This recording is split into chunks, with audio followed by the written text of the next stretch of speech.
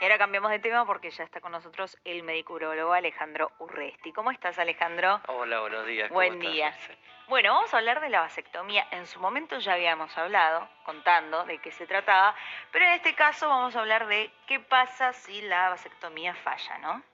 Sí, yo siempre digo que bueno, los lunes tenemos que empezar con una buena noticia, no con una mala. Y bueno, Así que yo diría que la mala noticia es que a veces puede fallar, pero la buena noticia es que en el 99,5% de los casos no no falla. falla, bien. Pero bueno, Entonces, vamos a dedicarnos a ese porcentaje claro, que sí puede fallar. lo que pasa es, como decimos siempre en medicina, al que le falló, para él es el 100%, Claro.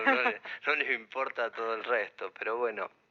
¿Qué vamos a hacer cuando hacemos los controles después de realizada una vasectomía y siguen apareciendo espermatozoides en el eyaculado? Claro. A esto es lo que definimos como falla de la Ujú. vasectomía. Normalmente se instruye a los pacientes que se deben cuidar durante cierto tiempo después de la operación porque todo el sistema espermático contiene espermatozoides todavía y ese sistema se va vaciando con el correr de las relaciones sexuales. Bien. Entonces, durante 3 meses el paciente debe seguir con sus cuidados habituales, con sus anticonceptivos Sí, sí. o el uso de preservativo. Como si nada hubiese sucedido. Ujú. Exactamente, y a los 3 meses hacemos un espermograma, un estudio del esperma para ver si hay espermas en el eyaculado. Si normalmente a los 3 meses corroboramos que ya no hay espermatozoides y entonces le damos el alta y le decimos, bueno, ya Sí. está, Bien. cumplido. Perfecto. ¿Sí? A veces puede ocurrir que queden algunos espermatozoides, algunos de ellos inmóviles. Bueno, se hace un segundo espermograma al mes siguiente. Bien. ¿Sí? Pero bueno, ¿qué pasa cuando uno sigue haciendo estos estudios Y sigue y apareciendo, ¿no? sigue apareciendo Claro. esperma? Entonces, bueno, ahí aparece un gran dilema, ¿eh? Un gran dilema porque el diagnóstico de situación ahí es que la vasectomía falló. Claro. ¿Sí? Y si bien lo primero que dice cualquier consentimiento informado de estas operaciones, yo justo tenía recién en mano uno por ahí y no sé dónde lo dejé, pero no importa,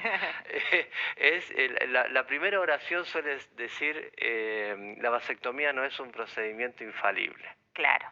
¿Eh? Así que, Hay alguna posibilidad de fallo, pero claro, cuando falla un procedimiento que es tan poco frecuente, pasa entre 1 y 5 casos por 1000 o claro. menos aún, Claro, es bajo el número, ¿no? entonces aparecen dos cosas, ¿no? Por parte del paciente, la sensación de ¿qué pasó? Claro. ¿Qué hice mal, capaz? No sé. Claro, ¿qué pasó? ¿O qué se hizo mal? Claro.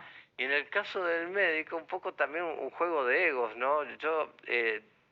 Yo hice todo bien, ¿por Y sí. qué ocurrió esto? Claro. Lo cierto es que estadísticamente se sabe que esto ocurre. Bien. ¿Y por qué puede darse esa situación? Bueno, hay factores que tienen que ver con la técnica quirúrgica, Ah, con el quirófano en sí, y factores que tienen que ver con el paciente. bien. Lo que es difícil es saber cuál de ¿Cuál los de los dos dos? es Claro. el que estuvo jugando en ese momento, ¿no? Bien. Puede existir obviamente el error médico, como dice un amigo mío, cortaste el cablecito equivocado. Claro. Eh, Claro. eso puede existir normalmente, lo que se corta del conducto deferente en la vasectomía se manda a analizar, Ajá. se estudia con una biopsia para estar tranquilos, para estar seguros de que Sí. se cortó el cablecito adecuado. Pero bueno, algunas situaciones han ocurrido, existe en la literatura médica casos donde se han cortado 2 veces el mismo conducto, por ejemplo. Bueno, hay cuestiones que tienen que ver con el error médico, Claro. sí, es cierto. Y hay cuestiones que tienen que ver con el mismo paciente. Hay algunos pacientes que desarrollan un proceso inflamatorio como cicatrizal. Bien. Y el mismo cuerpo, el mismo organismo de ese paciente reconstruye su vía espermática, volviendo a unir los conductos. Eso se llama recanalización espontánea, también existe y no podemos diferenciar mediante estudios cuál de las dos situaciones ocurrió. Claro. Así Sobre que, todo si tenemos, por ejemplo, una biopsia que nos dice que se han cortado los conductos deferentes. claro. Entonces, ¿Cuál fue el problema? Y ahí empieza entonces todo esto de si es necesario o no hacer una serie de estudios, algunos de ellos invasivos, otros dolorosos, Ujú. otros que requieren anestesia y demás, para saber qué ocurrió, porque vamos a llegar a la misma conclusión. El paciente necesita otra operación, Sí, porque no está estéril, digamos, entre comillas. tal cual. Sigue teniendo espermatozoides. Entonces, al final de la historia, sabemos que esa va a ser la conclusión y que el paciente va a requerir una nueva operación. ¿Y qué consecuencias trae para el paciente y para el médico? ¿No? Sobre todo en lo legal, Bueno, imagino para el médico. la primera consecuencia para el paciente que hay que tener en cuenta es que no se produzca un embarazo no deseado en el medio de todo esto. Yo estaba pensando en aquellos que se practican la vasectomía y que a los 3 meses no van a hacer el control. Muchísimos. ¿O no? Muchísimos.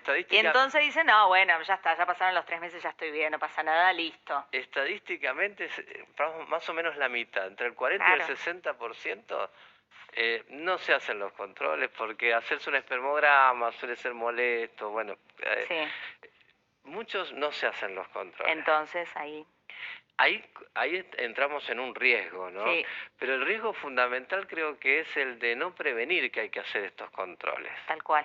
Porque lo peor que puede pasar, como yo decía recién, es que nos caiga de sorpresa un embarazo. Por eso.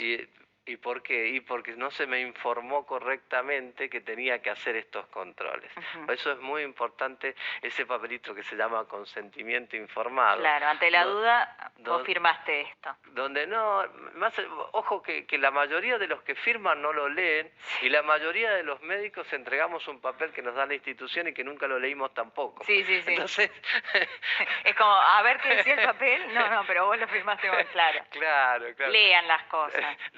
Lo importante es que las instituciones tengan en cuenta Sí. de incluir toda esta información en el consentimiento informado para que el paciente sepa lo que tiene que hacer y evite las consecuencias de que un fallo de la vasectomía genere un embarazo no deseado.